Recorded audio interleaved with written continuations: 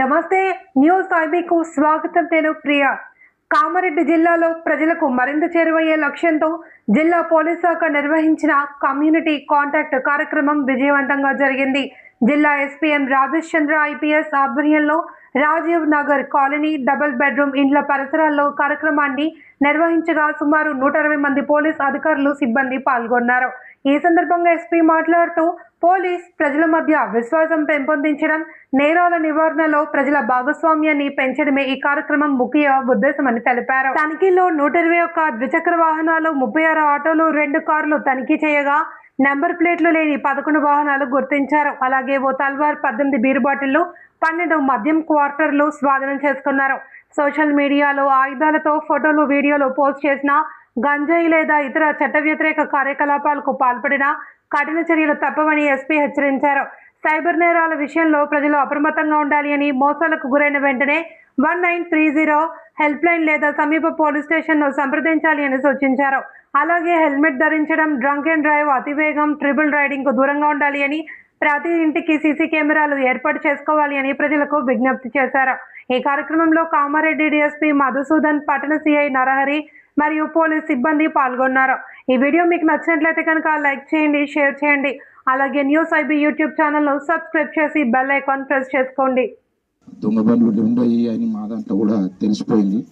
Sir వచ్చినప్పటి నుంచి ప్రతిరోజు హైవే దిగేటప్పుడే కానీ ఎక్కేటప్పుడే కానీ తెల్లందాకా కూడా సార్ చెక్ చేస్తారు. మరియు దొంగలు రావాలంటే కామారెడ్డికి భయపడతారు.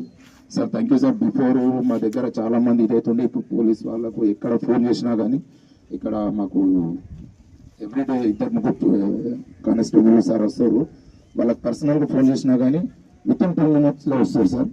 మీరు వచ్చినప్పటి నుంచి మరీ ఎక్కువ మట్టుకు దొంగలకు భయం అన్నది ఏందో తెలిసిపోయింది కనుక థ్యాంక్ యూ సార్. అంటే మీరు చెప్పిన ఇన్స్పిరేషన్ తోటి మేము సీసీ కెమెరాలు పెట్టినప్పటి నుంచి అసలు మీకు 100 డైల్కు మినిమం ఇంతకుముందు 100 వస్తుండే, ఇప్పుడు ఒక నెలకు ఒక 5-6 కూడా వస్తున్నాయి సార్. అది మీరు చెప్పినటువంటి మీ ఆలోచన ప్రకారం మేము నడిచినాం సార్. కాకపోతే అతను సీసీ కెమెరా అయినా డాక్యుమెంట్ రాసి ఇచ్చింది మాకు, అయినా కానీ ఆయన మాకు సరిగా రెస్పాండ్ అవుతలేరు. సార్ దృష్టికి ఇప్పుడు తీసుకెళ్ళినాం సార్. ఇకపైన కూడా మేము మా డబల్ బెడ్రూమ్లో ఎవరైనా సరే సార్, మొన్ననే రీసెంట్గా ఎండాకాలం పిల్లలందరూ ఆలోచన విధానం మారిపోతుందని మేము ఏం చేసినామని అంటే కంప్యూటర్ నేర్పించినాం సార్. ఒక 40 మందిని నేర్పిస్తే వాళ్ళు 20 మంది ఉత్తీర్ణితులయ్యారు. నెక్స్ట్ టైం ఇంటికి ఎంతమంది పిల్లలు ఉంటే అంతమంది అని మేము కమిటీ ద్వారా అందరికీ కంప్యూటర్ నేర్పిస్తున్నాం సార్. నేర్పిస్తాం ఖచ్చితంగా. కామారెడ్డిలోనే ఒకవేళ కంప్యూటర్ కోర్స్ నేర్చిరు స్టడీలా కానీ అని అంటే అది మా డబల్ బెడ్రూమ్ ద్వారానే అని ఖచ్చితంగా.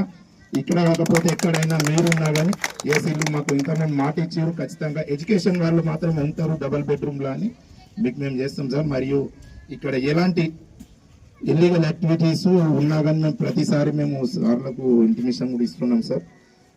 మీరు చెప్పిన ఇన్స్పిరేషన్ తోటి మంచిగా నడుస్తున్నాం సార్.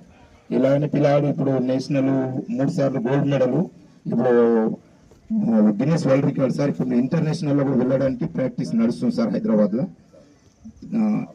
ఇలానే చాలా మంది కూడా మొత్తం అన్ని రకాలుగా కూడా మేము కమిటీ వాళ్ళం అందరము ఎక్కడ ఏం తప్పు జరిగినా కానీ సార్ల దృష్టికి తీసుకుపోతున్నాము.